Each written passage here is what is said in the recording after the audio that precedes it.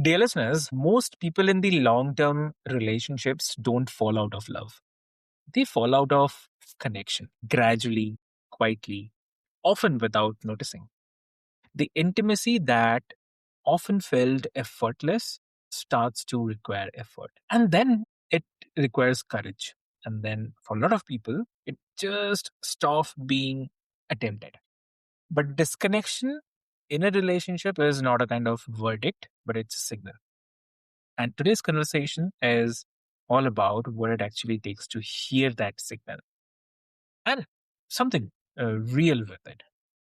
So, hey, dear listeners, welcome back to another powerful episode of Mind Meets Machine, where we explore the full landscape of what it means to be human, including the parts of life we don't talk about nearly enough.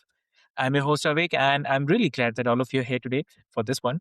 And my guest today is the best-selling author, sex and intimacy educator and coach, and the founder of Passionate Intimacy Retreats, where she helps couples move from disconnection back toward genuine passion and the closeness. So please welcome our guest, Zenith. So welcome to the show. Thank you so much. I'll be happy to be here and have this conversation with you. Amazing. Amazing. Thank you so much for joining us today. And so Zenith, before we get into the work, I'm curious about what drew you to this particular space, like the intimacy and sexuality are the areas most people navigate privately and most professionals stay well away from also. So what called you towards this work? It's a great question. So it was not a linear approach to it, as life often throws you a lot of curveballs. So my background is a healthcare lawyer, but I was living in a sexless marriage for 26 years. Not completely sexless because I have children and grandchildren, but pretty much sexless as we define sexless at this point. Yeah.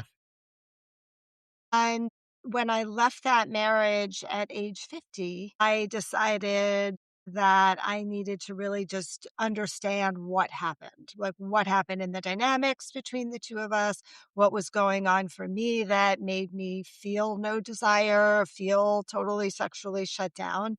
And that was the doorway to my opening and sexual awareness and sexual awakening and sexual healing that I didn't even realize I actually needed, to be honest. So that's what drew me into the field. It was through my own, like many people in the therapy world, I am a wounded healer, right? And what drew me into it was like my own healing process, which was so profound and changed my life in so many different ways. And then recognizing that, oh, wow, maybe this is something I'm really passionate about. Like healthcare is fine, healthcare law is fine, all that stuff was fine. But it wasn't like, I want to do this for the rest of my life. I'm actually going to change the world. I was not changing the world, unfortunately, right? And apparently I had this very big desire to change the world as much as I could and leave a legacy, I guess. So it just became like a passion project for me. Like, wow, what if I did this? What if there was somebody like me when I was 25, 26, 28, 30, struggling with this? How different my life would have been if I had been able to get some support. So can I do that for other people? Can I do it for other women? Can I do it for other couples? That was really my driving force.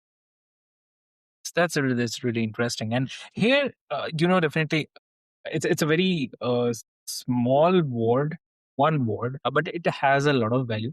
The misconception. So I want to start with that because I think there are several that quietly damage couples before they even try to address what's happening.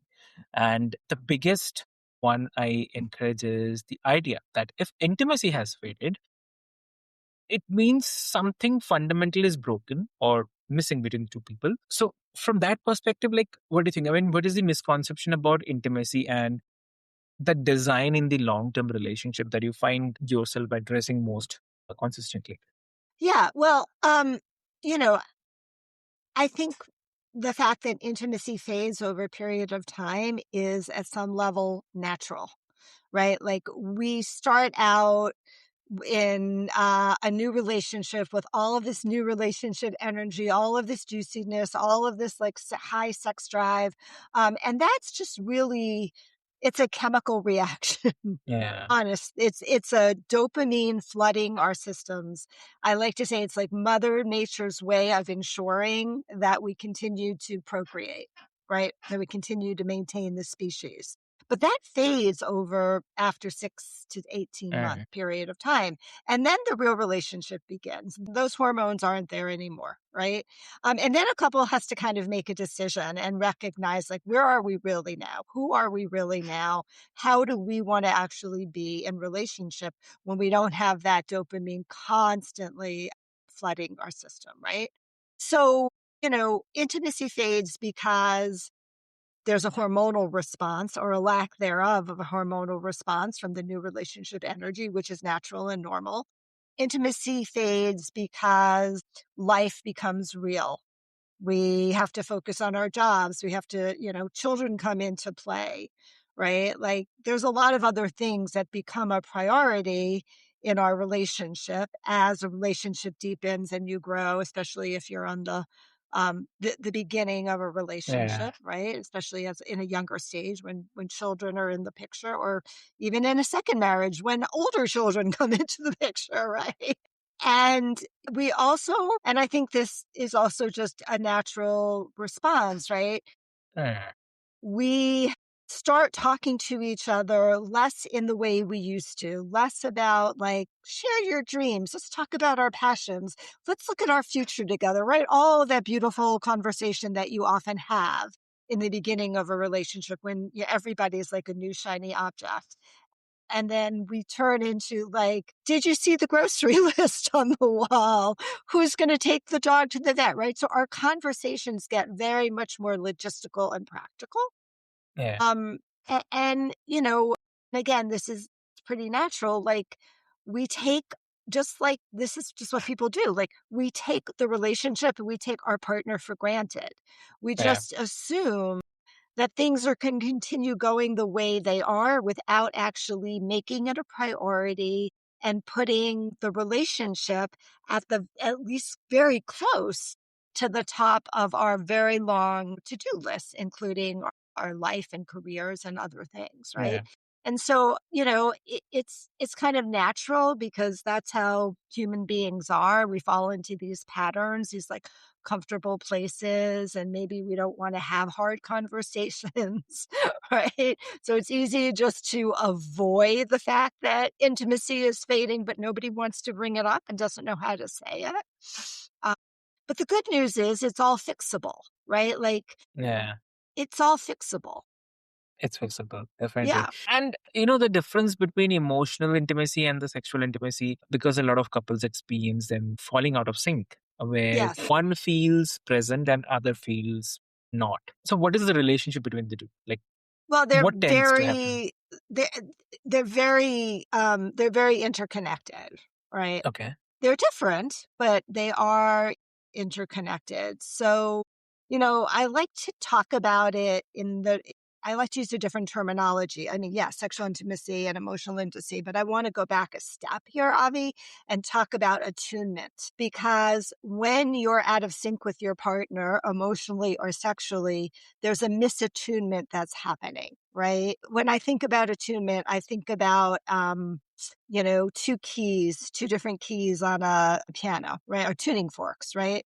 So, like, if they're both at the same D sharp, which is really kind of bad, let me pick Yeah. a better one, F sharp, then everything is great. The Uh, energy is flowing, there's synchronicity, right? It's harmonious. And that's when you're feeling attuned to your partner. You're present with them, you get them, they get you, right? That creates emotional connection, the emotional attunement, and generally will also create the physical attunement, right? But what happens when you're out of sync, which one of you is on F sharp and the other one's on a D flat or D minor, right? It's horrible. yeah. And that's the misattunement that happens in couples, which is a precursor to feeling out of sync with each other emotionally and or sexually, right? Mm.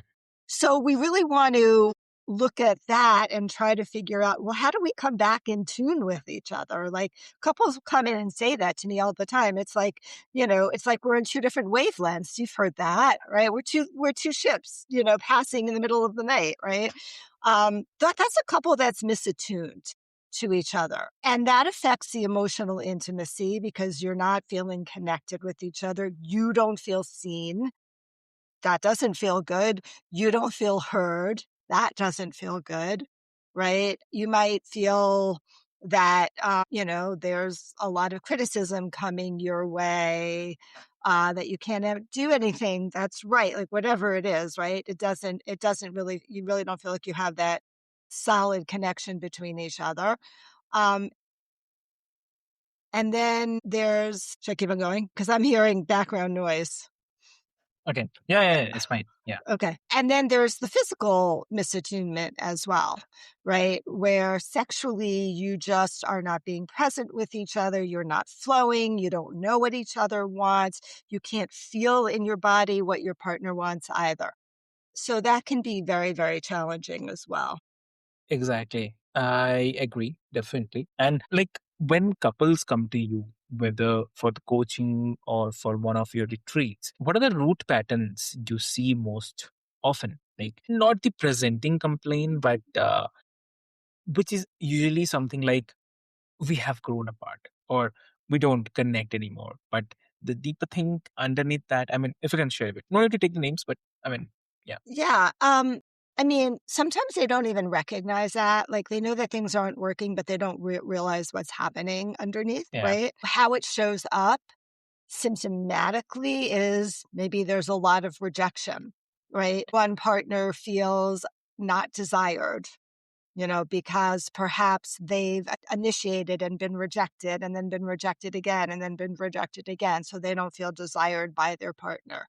The other partner might feel pressure to perform, pressure to have sex. So it often shows up in like, we're not able to connect with each yeah, other because there's all of this like rejection that happens. And then I pull back, right? I feel rejected. I pull back. My partner tries to come forward. I still feel rejected.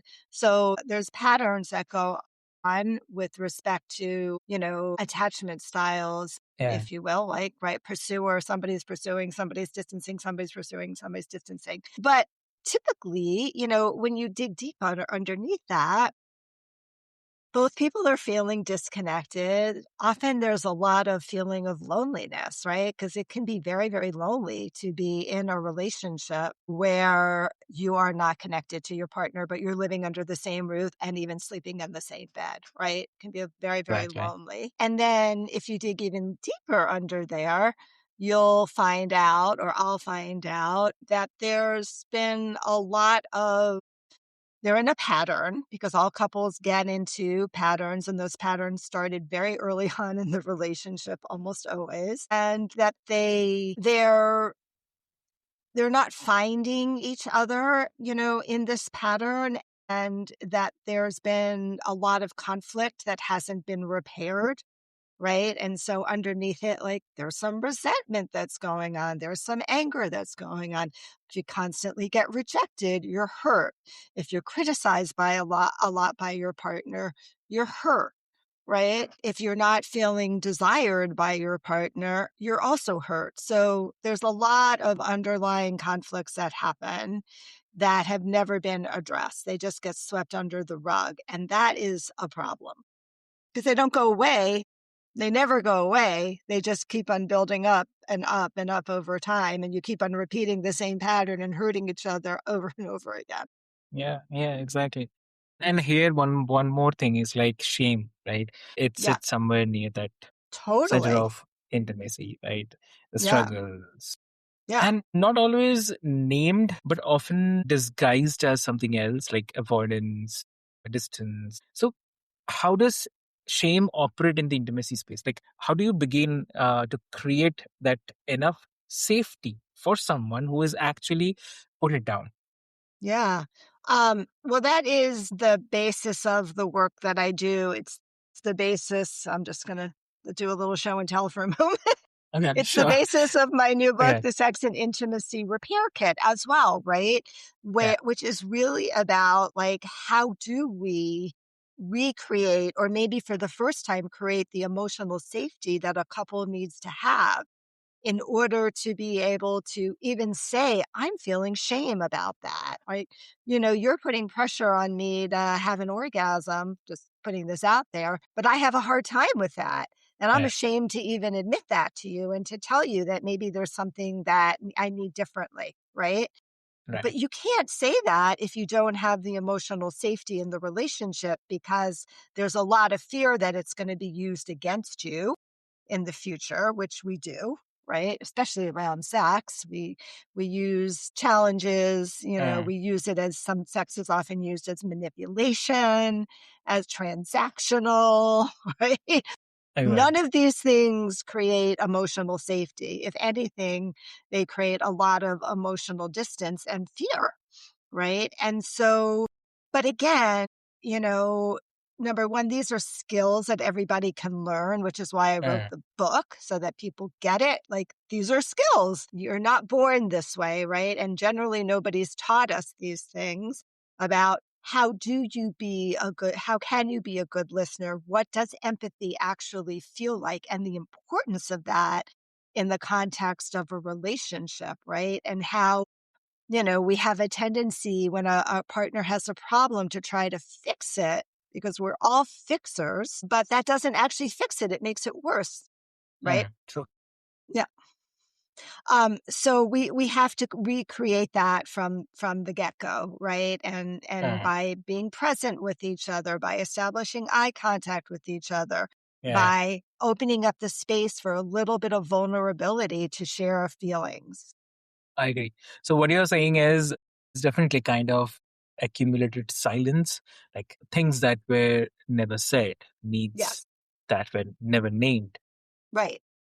vulnerabilities that were protected for so long that they became walls right now. So I mean, yes, I mean the work of intimacy is partly the work of dismantling those walls carefully enough that both the people feel safe in what's underneath. So Yes. definitely, definitely. That is a skill, I would say. That's a definitely a skill. So Yes, and but I mean, I'm really good at it, but so there are aspects of this, there are pieces of this that, everybody can learn, right? And it's exactly. important that we learn those skills in order to have like a healthy relationship with somebody True. and a good sex life. Yeah. No, exactly, definitely. And your passionate intimacy retreats brings couples together in a dedicated space to do this work. And I'm curious about what happens in that container that can't quite happen in everyday life, even in the with the best intentions. Like, Yeah. I mean, yeah, I mean, if you can share a bit. Yeah, of course. You know, I started doing private intimacy treats here in Asheville about 7 years ago, right in Okay. the middle, right in the beginning of the pandemic. Okay. And um, what I found is that when you give couples a very intense, immersive experience where there's no distractions, as in their children aren't there, their dogs aren't there, there's no television to disturb them, right? Yeah. They can really focus on each other. They can have the experience of what's it like to actually be with each other Yeah. over a 4 or 5 day period of time, and learn how to reconnect, have that emotional connection that they're actually been missing, and work on problems that show up during the coaching, during the retreat in real time. Yeah. Because, when you've got somebody in your office for 6 hours, right? Not two, maybe over 2 days, their stuff as you're working with them is going to show up.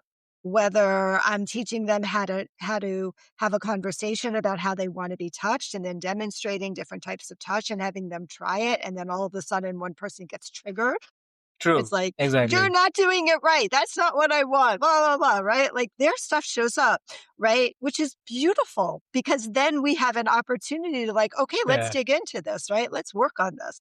Why is this showing up? What's going on here? This is a pattern. This has been Mm. happening for years. Yeah.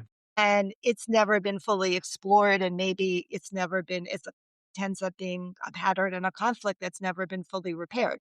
So that's a huge advantage to be able to do immersive work, Mm, is that you're showing up in real time with all of your stuff, and the opportunity to have me there to help coach them through it and unpack it and repair conflict or whatever it is that's happened.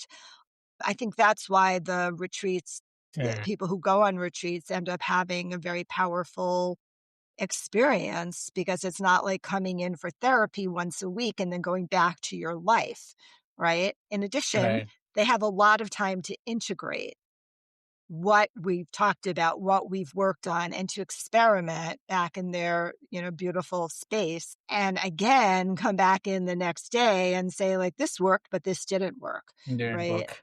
Yeah. Yeah. So it's like for someone who is listening, who cannot attend a retreat, whether for practical or financial reasons, Yep.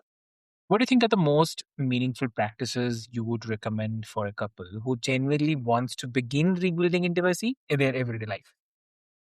Okay. Well, here's my the book, right? Okay. Because the book actually has, I don't know, something like 30 different practices in it that will take you through, depending upon where you are in the relationship and what the struggle is, that will help you start to reconnect with each other. Just being present with your partner, like putting the phone down, that's a huge, challenge for a lot of people, obviously, Exactly. right? Just putting the phone down and looking at looking, facing your partner and creating some eye contact and being with them for 5 minutes is one of the most powerful and challenging things, because it's incredibly vulnerable to do that with a partner, but it does bring up emotions and it brings up, connection. So there's little things that you can do that are actually incredibly, incredibly powerful. So I would say, start there. I also, I offer a lot of free resources, but I also have a new couples group program Okay. as well, which is also an immersive experience at a much lower price point over a 90-day period of time. Right. Exactly. So, there's other ways to be able to, with me at least, to work. Exactly. And couples who do the work, to the retreat, who starts the conversations, who begin to, uh, I'd say, who begin to rebuild. So what tends to happen when they return to normal life? Well, it kind of depends on the couple. A lot of times I offer couples some continuing support, because, the reality it is you come to any type of immersive experience, you have a big expansion and you're going to go back into contraction when you come back into your real life, and your patterns will reemerge. So some couples do need some continued support and Mm, accountability. That's very, very common in any type of immersive kind of experience that people have.